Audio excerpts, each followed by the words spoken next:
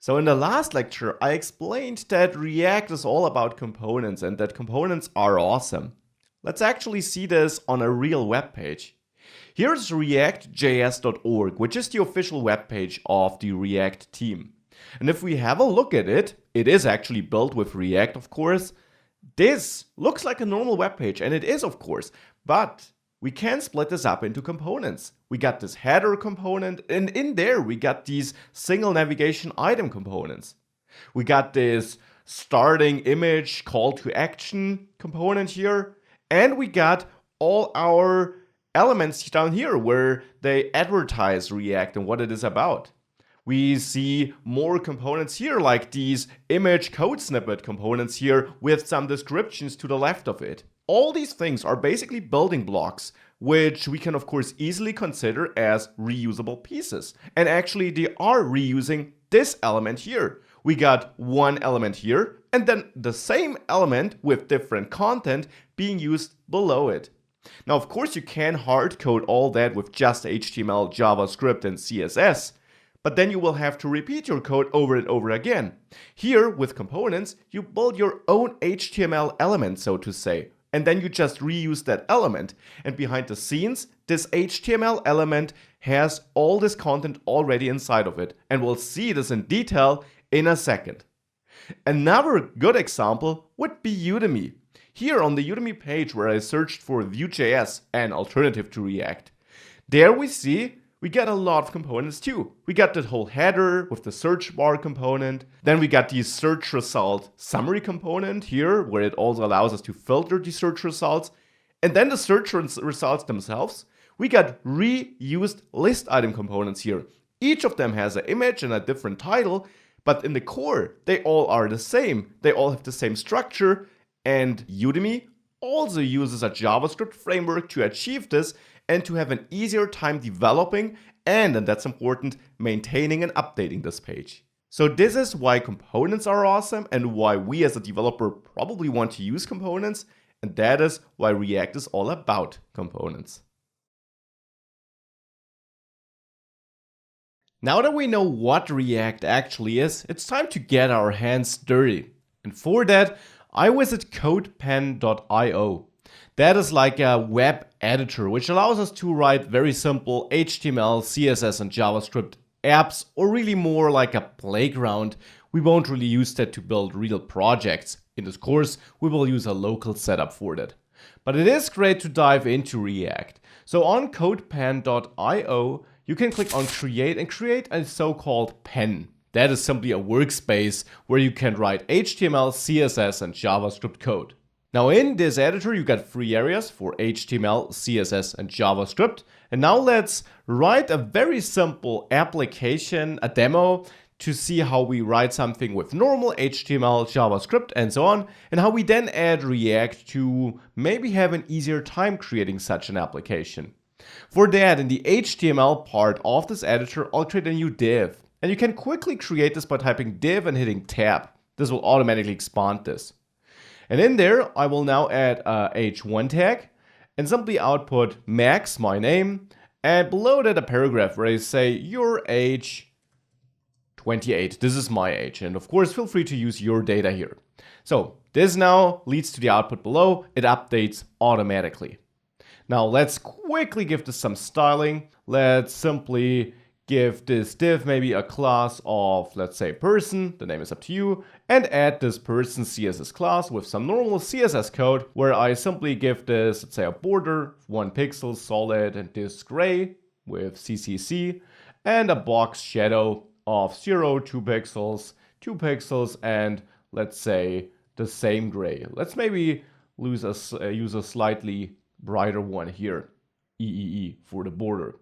Let's now also give this a width of, let's say, 200 pixels and a padding of 20 pixels. And now we have this card-like look you see below there. Now that is such a person card, information, holding information about a person, let's say. We can also set this to display inline block and give it a margin of 10 pixels, because now what I can do is I can of course replicate this and add a second person. Let's say menu who has an age of 29. That's my colleague. So now we got these two-person cards, and you could easily think of this as a normal web application where you output some information about users or about the team behind your blog you're creating, something like that. And we're using only HTML and CSS here. Now we can already see one limitation kind of. We're always reusing the same HTML code here. Now that isn't too problematic here. It would be more problematic if we would do something with each of these snippets with JavaScript even. But even without that, we can think of this part here as a component. This person div always is structured in the same way, just the data inside of it varies. This is where React comes in, though React shines the most as we connect this to JavaScript logic too. But still, we can already use React to create reusable components here. For that, let's add React. I'm going to shrink this CSS part a tiny bit, and in the JavaScript area, I first of all have to import React. You can click on that gear icon next to JavaScript, and then you can download or import some external JavaScript libraries. And React is such an external library. Actually, it's so popular that on CodePen, you can go to the Quick Add dropdown and simply scroll to React. And this will add it. Now here it adds version 15.6.1, might differ at the point of time you're viewing this. In this course, I will cover version 16, so you're learning the latest React, and then the local setup we'll use in this course will also use that latest React version, no worries. Here, however, we're using an older one, but for the demo here, this does not matter at all. We also need to quick add React DOM. That is another package from the React team. React itself kind of is the logic we need for creating these React components. I told you that React is all about components. React DOM is then about rendering these components to the real DOM. With these two packages added, we're almost there, but React uses a special JavaScript syntax and a lot of next generation JavaScript features. I'll come back to this later in the course. I'll have a whole module where I introduce you to the most important next-gen features React uses. So to unlock the usage of these features and this special syntax, in the JavaScript preprocessor dropdown, you have to choose Babel. That simply is a tool which compiles the next generation JavaScript code you're writing here to code that runs fine in the browser, so that we write code with all features we want, but ship code that works in the browser. And with that, you can click Save and Close. And now we can start writing our React app here in the JavaScript section. So why don't we do that? Let's create a React component so that we have a reusable custom HTML element we can use instead of repeating this HTML code here on the left. In its most basic form, and you're going to learn about a different form in this course too, in its most basic form, a React component is just a function. So we can create a new function and maybe name this person. Make sure it starts with a capital P. This is required to use it correctly with React.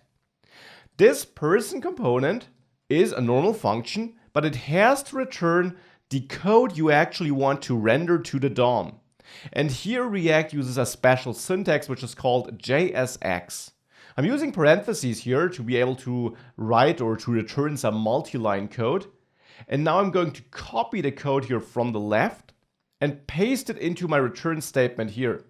And this certainly looks strange now. It looks like HTML in JavaScript, which wouldn't work normally. And it wouldn't if we hadn't added Babel here as a preprocessor. Babel, if configured correctly, which it automatically is here, allows us to use this special syntax which looks like HTML, but which isn't. And I will dive deeper into that syntax in the next course modules. It's called JSX, and it's just syntactical sugar. Behind the scenes, this gets compiled to normal JavaScript code. We can use it here though to have an easier time writing what we actually want to render. Fine, so now we got that function, and I said that this is a React component. But of course, right now it's just a function. To turn this into a React component, we actually have to use React to render it to the screen. So I'll get rid of my person here on the left, and instead I'll add a new div here. And I'll give it an ID of, let's say, P1. You can choose any ID you want though. Now, the React package we imported is responsible for correctly parsing this code here, this JSX code. The other package we imported was React DOM, if you remember. You can always check here on the gear icon, React DOM. This actually exposes an object, React DOM, written like that, with DOM all being capital characters, which has a render method. This method allows us to render a JavaScript function as a component to the real DOM. And that treated as a component part is exactly what React takes care about. We can then render this function, but not by referencing it like this, but by actually turning it into a HTML element. Again, behind the scenes using this JSX syntax, which is understood by React. So I write this as my custom self-closing HTML element, and render then takes another argument where I specify where to render this. And there I reach out to the document, and I can use the query selector, so normal JavaScript code, to select any element with the ID P1. And that again is normal JavaScript code, the normal query selector. With that, I'm telling React that I want to render this function, the person component, in this place here on the left. And it does. Now the styling is lost because class actually is a keyword in JavaScript, so React turns this into class name. And that's the best proof that this looks like HTML but isn't. It uses a custom syntax which in 99% of the cases is like HTML, but behind the scenes it's transformed to JavaScript. And now you see we have our person class here again, Max, treated as a custom component, which we can also verify by the fact that our inline block styling here is kind of ignored because we're wrapping this in a custom element which is treated as a block statement. Now I'll dive into styling in this course. For now, let's just be happy that we got our component rendered here.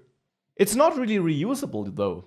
If I had a second hook in my HTML file here, in my HTML part, let's say with ID P2, and I wanted to render a different component, a different person, I would have to hard code the values into that and actually create a new component. The great thing about React and why components are so awesome and save us a lot of time is that we can configure them dynamically as we need them. So here what I'll do is I'll actually add an argument to this person function, which I'll name props. You can choose any name you want, but the concept I'm using here is called props. React automatically gives me an argument in that function I turned into a component with this syntax down here with the person JSX code. And prop simply contains all the attributes I add to my own component. So I could add name Max and age, let's say 28, like this. And if I do this, now we can output this in our person component. We just need to dynamically access this props element, this props argument. We output dynamic content in React with curly braces, opening and closing, and only one pair, no double curly braces, only one pair of curly braces. And there we reach out to props and then .name to get this name attribute I passed, and props age to output that age property I passed, so props age. And now we're using the properties, the attributes we're passing to our own component. And that's pretty cool because now if we repeat this React DOM render call here for P2, so make sure to exchange this in the second query selector, we can pass different props to that component, like menu and 29. And now both components use the same base, as you can see. They use the same function, which is turned into a component by React, but we're really taking advantage of the component concept because we only wrote the HTML code once and now we can reuse it over and over again. And I bet you can see the potential of this. In very big applications, you can compose the entire application of reusable pieces. And this component isn't even using any logic. It doesn't listen to clicks or stuff like that. In apps such as the app we built in this course, we will of course do that. We will append our own logic to our components. And then we have small, reusable, maintainable, and easy to manage pieces with their own logic contained in them, which we can use anywhere to build amazing applications. That's the idea behind React, and that is why it's so great and why this component concept is so great. Now let me do one more thing though. Right now I'm calling React DOM render twice. There's nothing wrong with that. But actually, we can also do this a bit differently. We could have one div here in the HTML part, which has an ID of app or root. Doesn't matter, any ID of your choice. Now I'll get rid of the second React DOM render call, and I will add a variable here. This variable, I'll name app, but this name is also up to you. But this variable also will hold some JSX code. And I'm just wrapping this in parentheses so that I can write this code over multiple lines. Now here, what I can do is, I can now output my person component as I did before. We have to wrap it with a div though, because JSX has the requirement of only having one root element, so adjacent elements are not allowed. I will also talk about this in the course though. There are ways around this limitation. So now I added two person component usages to my app variable here. And now I simply mount the app variable in the place of this element with the ID app, which I select by adjusting my query selector. And now you see I got the two elements now next to each other, because now they're rendered in the same hook, in the same element, so to say, in the same div. And this method of only having one hook, one React DOM render call, and then creating an app there with nested components is the far more popular way of creating React apps. It is the way I will use in this course, and in the next lectures I will talk about this versus the alternative with multiple React DOM render calls. But be aware, this is the way you'll see far more often. With this approach, you create so-called single-page applications. Now, this is our first React app. Now let's dive deeper into React and let's continue with the course and really get started with React.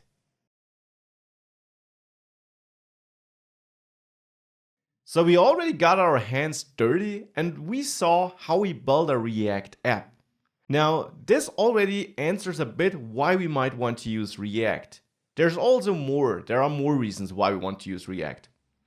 React helps us with a problem we'll encounter with normal JavaScript. The UI state becomes difficult to manage. In bigger JavaScript applications, you have to manually target elements in your DOM, and if you then change the structure of your HTML code, chances are you need to change the way you targeted your elements because you used query selector. Or even if you use jQuery, traversing the DOM is easier, but it's still always something you have to keep in mind. And if you got more complex web apps where you dynamically add and remove elements, this quickly can become cumbersome. In our course project, we build an app which is highly dynamic, where we are able to build a burger and dynamically add and remove ingredients. If you write this with normal JavaScript code, it's going to be a nightmare. So React helps us by making this whole UI state management a non-issue. It allows us to focus on our business logic instead of keeping our application from exploding. And additionally, React is maintained by a big community. So chances are the React code is written better than we could have ever written it. So therefore it's highly efficient and fast. And the bigger your application gets, the more this matters too. And finally, React features a huge ecosystem and an extremely active community, which means that there's a great chance that for a given problem you face, you'll find a solution or an extra package you can add to fix it. All these are reasons why React is awesome and why you definitely should consider it for your next project and why you made the right choice to start with this course. Now there's not just React, there are also alternatives. React, of course, is what we'll cover in this course, but there also is Angular and there would be Vue.js. And there are others like Backbone or Ember. But Angular and Vue are the most popular alternatives. And I can only recommend diving into these two to really pick your favorite. I also got courses on them if you are interested.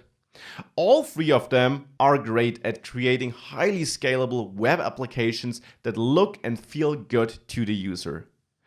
Not so much an alternative is jQuery.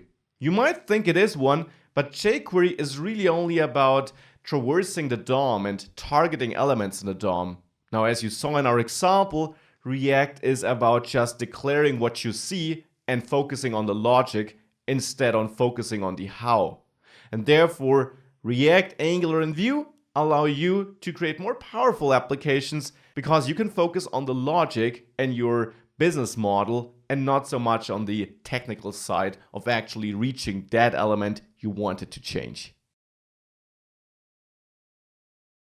When we talk about React, or also about Angular and Vue as a side note, we also have to keep in mind that we can essentially build two kinds of web applications with all these libraries and frameworks. We can build a single page application or a multi-page application. Now, what's the difference? In a single page application, we only get back one single HTML file by the server. And we get back this file at the first time the user visits the page. So the first time the user visits example.com. Thereafter, everything is managed with JavaScript, with React. The entire page consists of components which are rendered and handled by JavaScript.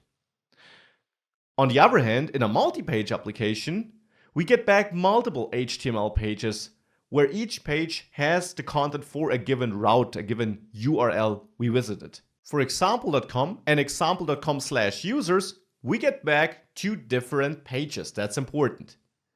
Now, on multi-page applications, we might also use React, but only to create little widgets, so to say. So individually contained components we dump into that page, but not the entire page is managed by React.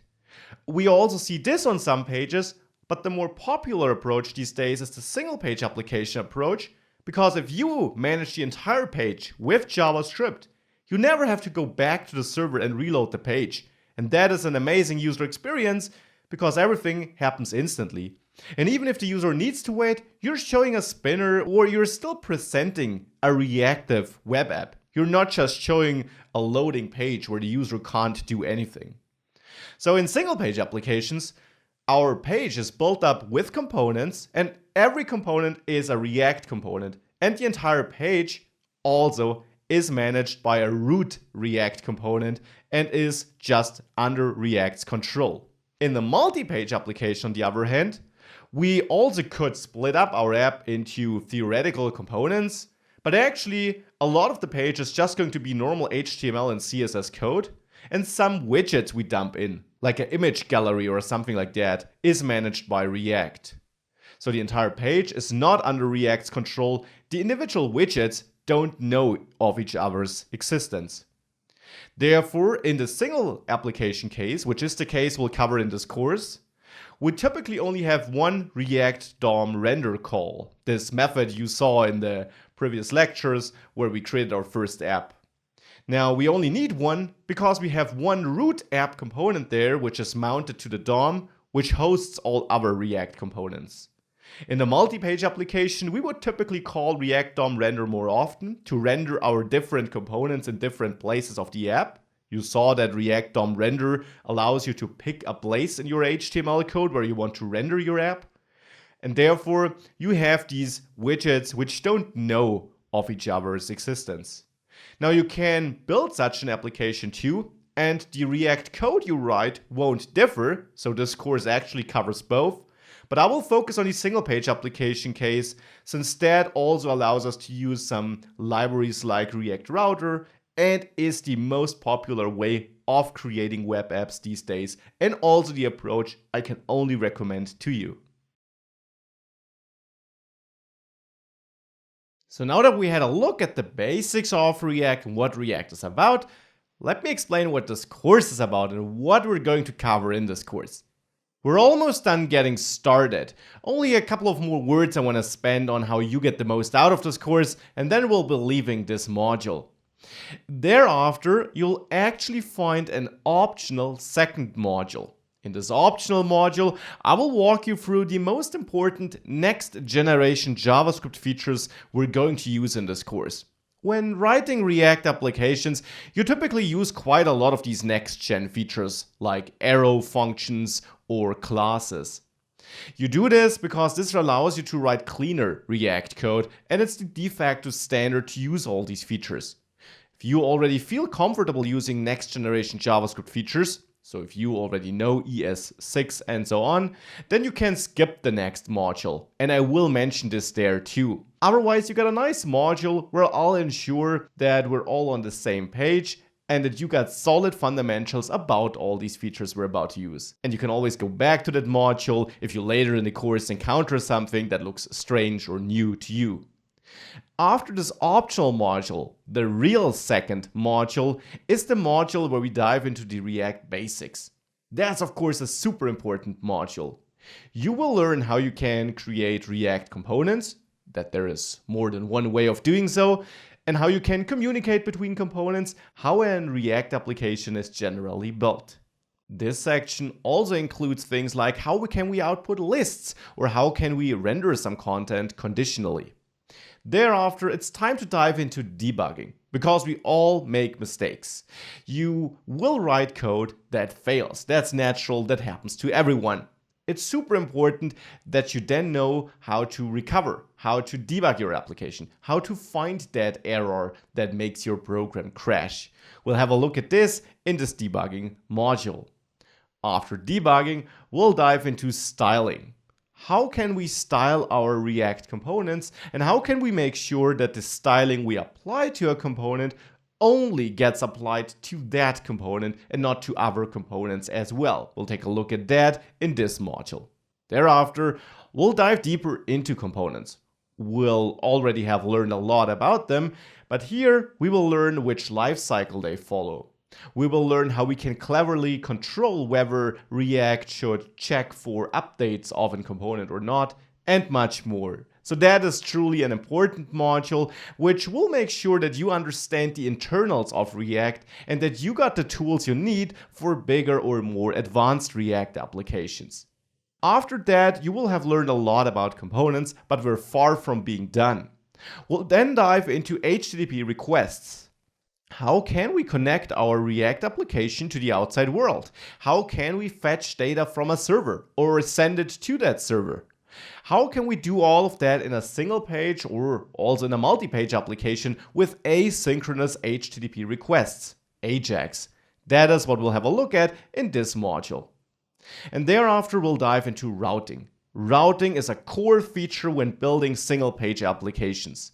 Because with routing, we can actually handle different URLs, like /user and /products, and render different pages, even though technically we only have one HTML page, and we simply parse the URL with JavaScript and re-render the parts of the DOM that need to be re-rendered to display a new page. That sounds very complex, and that is why we will use a package for this. Routing is a super important and key module of this course, therefore. Now, one important note at this point. All these concepts are always taught in theory and with tiny demo projects.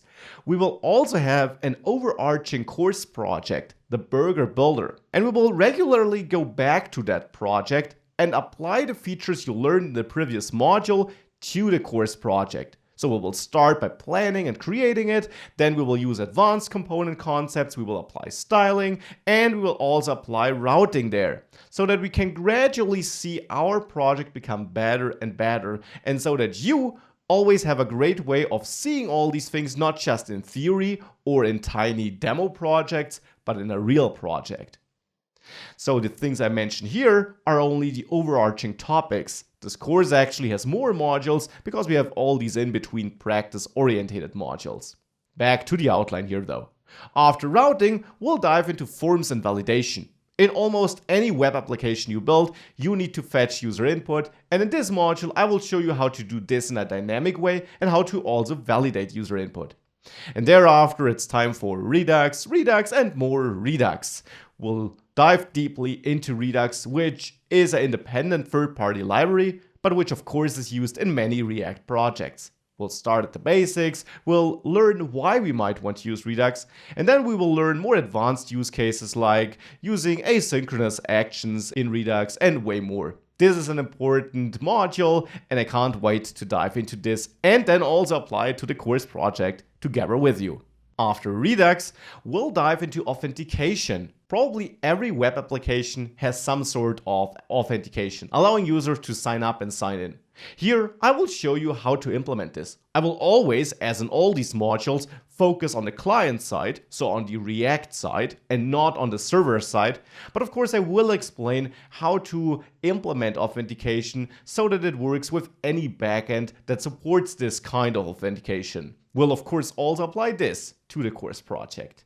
After authentication, we'll dive into testing. Only an introduction, to be honest, because testing is enough content, or you can create enough content about testing to fill an entire course. But I want to introduce you to how you test React applications, which tools you use, and how to think about testing React apps. After testing, we'll of course also learn how to deploy a React application, so how to really ship it to a real server. And thereafter, I got loads of bonus content. For example, a whole module about animating React applications. Possible next steps where you could dive into after finishing this module. A module about Next.js, which is basically a library building up on React and making server-side rendered applications a breeze. A module where we will build our own workflow, our own project from scratch with Webpack and a couple of build tools. And way more. So a lot of content in this course. It has the length it has for a reason in the end, and I can't wait to dive into it together with you. So why don't we do that and just start with the course? So let's get started with the course, but first I want to explain you how you can get the most out of this course. Obviously, you watch the videos, and I highly recommend that you also code along.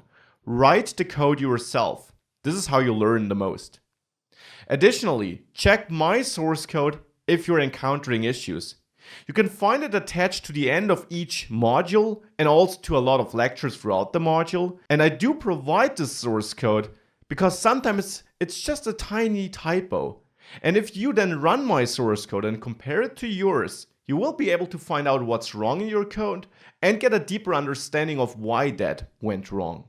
Also, consider the many hints and things I will teach you in the debugging section of this course. There I will teach you how to handle React errors and how to react to them and fix them. Definitely something you have to know how to do, so use that knowledge you gain there to fix any issues you encounter. Now, if you're stuck and you can't find the error, ask in the Q&A section. My team and I are more than happy to help you there. But that's important. Don't just ask there, also answer there. I'm not saying this because I don't want to answer your questions. I will. But if you answer, you'll learn way more than if you ask. Asking is so simple, but answering is hard, and you can't go wrong there. Even if your answer is wrong, no one's going to kill you. Instead, you're going to learn if people correct you. And answering forces you to think about a problem and find a solution. If you really want to become a great React developer, you have to solve problems. And answering in the Q&A section is a good way of practicing just that. And finally, practice, practice, practice. It's as easy as that. Even after you finish this course, you gotta practice the things you learned. You have to build your own demo projects, set your own challenges, do the exercises from this course, alter the code you learn in this course, practice React. If you follow these steps and follow through this entire course, you'll be an awesome React developer and you'll be able to apply for jobs, become a React freelancer, whatever you want. With that, let's dive into React and learn how it works.